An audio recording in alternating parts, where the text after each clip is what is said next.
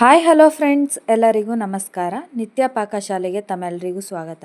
ಬನ್ನಿ ನಾವಿವತ್ತು ನಾಗರ ಪಂಚಮಿ ಹಬ್ಬದ ವಿಶೇಷವಾಗಿ ಚಕ್ಲಿನ ತುಂಬಾ ಸುಲಭವಾಗಿ ಕೇವಲ 10ರಿಂದ 15 ನಿಮಿಷಗಳಲ್ಲಿ ಯಾವ ರೀತಿ ಮಾಡೋದು ಅಂತ ನೋಡ್ಕೊಂಬರೋಣ.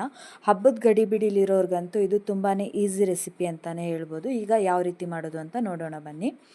ನೋಡಿ, ನಾನಿಲ್ಲಿ ಒಂದು ಬಾಣಲಿಗೆ 1 ಕಪ್ ಆಗುವಷ್ಟು ಉದ್ದಿನಬೇಳೆನ ತೊಗೊಂಡಿದ್ದೀನಿ. ಹಾಗೆ ನಾನಿಲ್ಲಿ ಅರ್ಧ ಕಪ್ ಆಗುವಷ್ಟು ಹುರಿಗಡಲೆ ಅಂದರೆ ಪುಟಾಣಿ ಅಂತಾರಲ್ವ, ಅದನ್ನು ಸಹ ತೊಗೊಂಡಿದ್ದೀನಿ.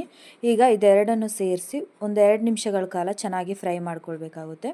ನಾವು ಈ ರೀತಿಯಾಗಿ ಚೆನ್ನಾಗಿ ಫ್ರೈ ಮಾಡ್ಕೊಳ್ಳೋದ್ರಿಂದ ತುಂಬಾ ಕ್ರಿಸ್ಪಿಯಾಗಿ ಬರುತ್ತೆ ಚಕ್ಲಿ, ಮತ್ತು ಎಲ್ಲೂ ಕೂಡ ಮುರಿಯೋದಿಲ್ಲ, ಅಷ್ಟು ರುಚಿಯಾಗಿರುತ್ತೆ. ನೋಡಿ, ಈ ರೀತಿಯಾಗಿ ಚೆನ್ನಾಗಿ ಫ್ರೈ ಮಾಡ್ಕೊಂಡ ನಂತರ ನಾನು ಒಂದು ಮಿಕ್ಸಿ ಜಾರ್ಗೆ ಹಾಕ್ಕೊಳ್ತಾ ಇದ್ದೀನಿ. ನಾನಿಲ್ಲಿ ಚಿಕ್ಕ ಜಾರ್ ತೊಗೊಂಡಿರೋದ್ರಿಂದ 2 ಬಾರಿ ರುಬ್ಕೊಳ್ತಾ ಇದ್ದೀನಿ. ನೀವು ದೊಡ್ಡದು ತೊಗೊಂಡ್ರೆ ಒಂದೇ ಬಾರಿ ಹಾಕ್ಕೊಂಡು ತುಂಬಾ ಸ್ಮೂತಾಗಿ ರುಬ್ಕೊಂಡು ತೊಗೊಳ್ಬೇಕಾಗುತ್ತೆ. ನೋಡಿ, ಈ ರೀತಿಯಾಗಿ ಸ್ಮೂತ್ ಆಗಬೇಕು. ನಿಮ್ಗೆ ಹಂಗೂ ಸ್ಮೂತ್ ಆಗಿಲ್ಲ ಅನಿಸಿದ್ರೆ ಒಂದು ಸಾರಿ ಈ ರೀತಿಯಾಗಿ ಜರಡಿ ಇಟ್ಕೊಂಡು ತೊಗೊಳ್ಳಿ. ನೋಡಿ, ಈ ರೀತಿಯಾಗಿ ಜರಡಿ ಇಟ್ಕೊತಾ ಇದ್ದೀನಿ, ಯಾಕೆಂದರೆ ಅದು ತರಿಯಾಗಿದ್ದರೆ ಚಕ್ಲಿ ಮುರ್ಕೊಂಡ್ಬಿಡುತ್ತೆ ಅಲ್ವಾ. ಸೊ ಹಾಗಾಗಿ ನೀವು ಈ ರೀತಿಯಾಗಿ ಜರಡಿ ಇಟ್ಕೊಂಡು ನೋಡಿ, ಈ ರೀತಿಯಾಗಿ ಮಿಕ್ಕಿದ್ರೆ ತರಿಯಾಗಿ ಅದನ್ನು ಇನ್ನೊಮ್ಮೆ ಮಿಕ್ಸಿ ಜಾರಿಗೆ ಹಾಕ್ಕೊಂಡು ಗ್ರೈಂಡ್ ಮಾಡ್ಕೊಂಡು ತೊಗೋಬೇಕಾಗುತ್ತೆ. ನಾನೀಗ ಎಲ್ಲನೂ ಅದೇ ರೀತಿಯಾಗಿ ಮಾಡಿಕೊಂಡು ತೊಗೊಂಡಿದ್ದೀನಿ. ನಂತರ ನಾನು ಯಾವ ಕಪ್ಪಲ್ಲಿ ಉದ್ದಿನಬೇಳೆ ತೊಗೊಂಡಿದ್ನೋ ಅದೇ ಕಪ್ಪಲ್ಲಿ 2 ಕಪ್ ಆಗುವಷ್ಟು ಅಕ್ಕಿ ಹಿಟ್ಟನ್ನು ಸಹ ತೊಗೊಂಡು ಮಿಕ್ಸ್ ಮಾಡ್ಕೊಳ್ತಾ ಇದ್ದೀನಿ. ಈ ರೀತಿಯಾಗಿ ಚೆನ್ನಾಗಿ ಮಿಕ್ಸ್ ಮಾಡ್ಕೊಳ್ಬೇಕಾಗುತ್ತೆ. ತುಂಬಾ ಕ್ರಿಸ್ಪಿಯಾಗಿ ಮತ್ತು ತುಂಬಾ ರುಚಿಯಾಗಿ ಬರುತ್ತೆ ಫ್ರೆಂಡ್ಸ್. ಫಸ್ಟ್ ಟೈಮ್ ಮಾಡೋರು ಕೂಡ ತುಂಬ ಈಸಿಯಾಗಿ ಮಾಡಿಬಿಡ್ಬೋದು.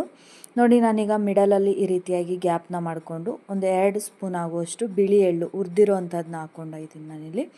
ಹಾಗೆ ಒಂದು ಅರ್ಧ ಸ್ಪೂನ್ ಆಗುವಷ್ಟು ಅಜ್ವೈನು, ಒಂದು ಅರ್ಧ ಸ್ಪೂನ್ ಆಗುವಷ್ಟು ಜೀರಿಗೆ, ಒಂದು 1/4 ಟೀ ಸ್ಪೂನ್ ಆಗುವಷ್ಟು ಇಂಗು, ರುಚಿಗೆ ತಕ್ಕಷ್ಟು ಉಪ್ಪು. ಆನಂತರ ನಾನಿಲ್ಲಿ ಖಾರಕ್ಕೆ ಅಚ್ಚ ಖಾರದ ಪುಡಿನ ಹಾಕ್ಕೊಳ್ತಾ ಇದ್ದೀನಿ. 1.5 ಸ್ಪೂನಷ್ಟು ಹಾಕ್ಕೊಂಡಿದ್ದೀನಿ ನಾನು. ಹಾಗೆ 2 ಸ್ಪೂನ್ ಎಣ್ಣೆನ ಚೆನ್ನಾಗಿ ಬಿಸಿ ಮಾಡಿಬಿಟ್ಟು ಈ ರೀತಿಯಾಗಿ ನಾವೇನು ಹಾಕಿದ್ದೀವಲ್ವ ಅದ್ರ ಮೇಲ್ಗಡೆ ಹಾಕ್ಬಿಟ್ಟು ಚೆನ್ನಾಗಿ ಮಿಕ್ಸ್ ಮಾಡ್ಕೊಳ್ಳಿ. ಈ ರೀತಿಯಾಗಿ ಹಾಕಿ ಮಿಕ್ಸ್ ಮಾಡೋದ್ರಿಂದ ಅಜ್ವೈನು, ಜೀರಿಗೆ ಅದೆಲ್ಲ ಏನಿದೆ ಅದು ಹಸಿ ಸ್ಮೆಲ್ ಅನ್ನೋದು ಹೋಗುತ್ತೆ, ನೀವು ಎಣ್ಣೆನ ಅದ್ರ ಮೇಲೆ ಹಾಕೋದ್ರಿಂದ. ಸೊ ಹಾಗಾಗಿ ಈ ರೀತಿಯಾಗಿ ಮಿಡಲಲ್ಲಿ ಗ್ಯಾಪ್ ಮಾಡಿಬಿಟ್ಟು ಹಾಕ್ಕೊಂಡು ಎಣ್ಣೆ ಹಾಕ್ಕೊಂಡ ನಂತರ ಈ ರೀತಿಯಾಗಿ ಕೈಯಿಂದ ಚೆನ್ನಾಗಿ ಮಿಕ್ಸ್ ಮಾಡ್ಕೊಳ್ಳಿ ಒಂದು ಸಾರಿ. ತುಂಬಾ ಸಿಂಪಲ್ಲಾಗಿ ಮಾಡ್ಕೊಂಡ್ಬಿಡ್ಬೋದು ಫ್ರೆಂಡ್ಸ್. ಫಸ್ಟ್ ಟೈಮ್ ಮಾಡೋರು ಸಹ ಮುರಿಯುತ್ತೆ, ಅಯ್ಯೋ ಆ ಥರ ಏನೂ ಇರೋದಿಲ್ಲ. ಎಷ್ಟು ನೀಟಾಗಿ ಬರುತ್ತೆ ಅಂದರೆ ನೀವು ಮುಂದೆ ನೋಡ್ತಾ ಹೋಗ್ಬೋದು ಎಷ್ಟು ನೀಟಾಗಿ ಬರುತ್ತೆ ಅಂತ ತೋರಿಸ್ತೀನಿ ನಾನು. ನೋಡಿ, ಎಣ್ಣೆ ಹಾಕಿ ಚೆನ್ನಾಗಿ ಮಿಕ್ಸ್ ಮಾಡ್ಕೊಳ್ಬೇಕು ಈ ರೀತಿಯಾಗಿ. ನೋಡಿ, ಉಂಡೆ ಕಟ್ಟಿದ್ರೆ ಈ ರೀತಿಯಾಗಿ ಕೈಯಲ್ಲಿ ಉಂಡೆ ಆಗಬೇಕು. ಆನಂತರ ನಾನೀಗ ಸ್ವಲ್ಪನೇ ತಣ್ಣೀರನ್ನು ಹಾಕ್ಕೊಳ್ತಾ ಕಲಿಸ್ಕೊಳ್ತಾ ಇದ್ದೀನಿ. ಇದಕ್ಕೆ ಯಾವುದೇ ರೀತಿ ಬಿಸಿನೀರಾಗಲಿ ಏನು ಬೇಡ, ತಣ್ಣೀರಲ್ಲೇ ಕಲಿಸ್ಕೊಳ್ಬೋದು. ನೋಡಿ, ಉದ್ದಿನಬೇಳೆ ಹಾಕಿರೋದ್ರಿಂದ ನಾವು ಚಕ್ಲಿ ರುಚಿನೇ ಚೆನ್ನಾಗಿರುತ್ತೆ, ತುಂಬಾ ಕ್ರಿಸ್ಪಿಯಾಗಿ ಮತ್ತು ಟೇಸ್ಟಿಯಾಗಿರುತ್ತೆ ಚಕ್ಲಿ ರುಚಿ ಅನ್ನೋದು. ಹಾಗೆ ಹಬ್ಬದ ಗಡಿಬಿಡಿಲಿರೋರು ತುಂಬಾ ಈಸಿಯಾಗಿ ತುಂಬ ಸಿಂಪಲ್ಲಾಗಿ ಮಾಡ್ಕೊಬೋದು.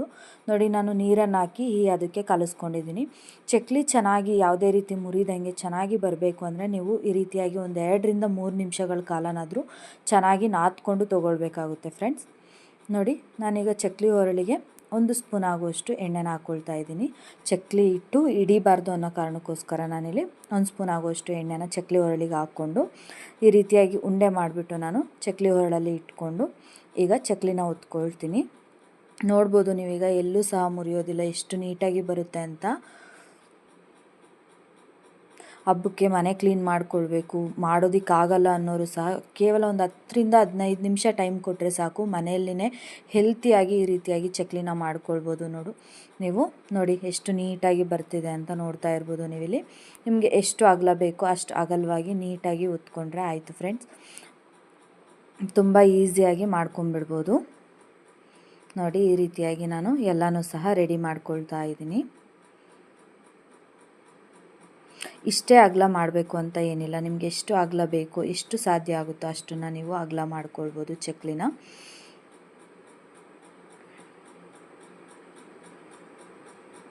ನೋಡಿ, ಈ ರೀತಿಯಾಗಿ ನಾನು ಎಲ್ಲನೂ ಒತ್ಕೊಂಡು ತೊಗೊಳ್ತಾ ಇದ್ದೀನಿ. ಇಲ್ಲ ನೀವು ಡೈರೆಕ್ಟಾಗಿ ಎಣ್ಣೆಗೆ ಕೂಡ ಹಾಕ್ಕೊಳ್ಬೋದು, ತೊಂದರೆ ಇಲ್ಲ.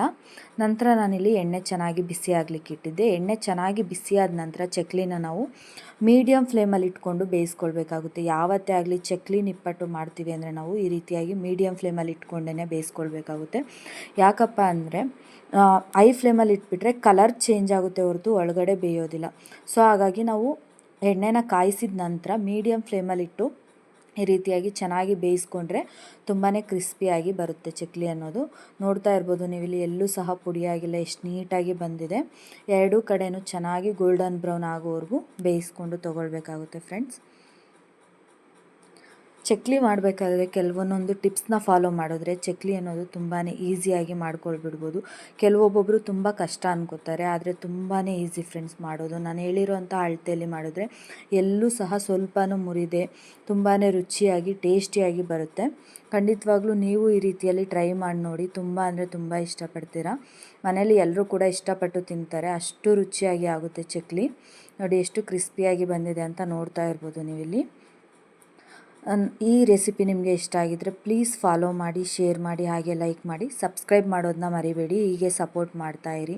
Thank you so much.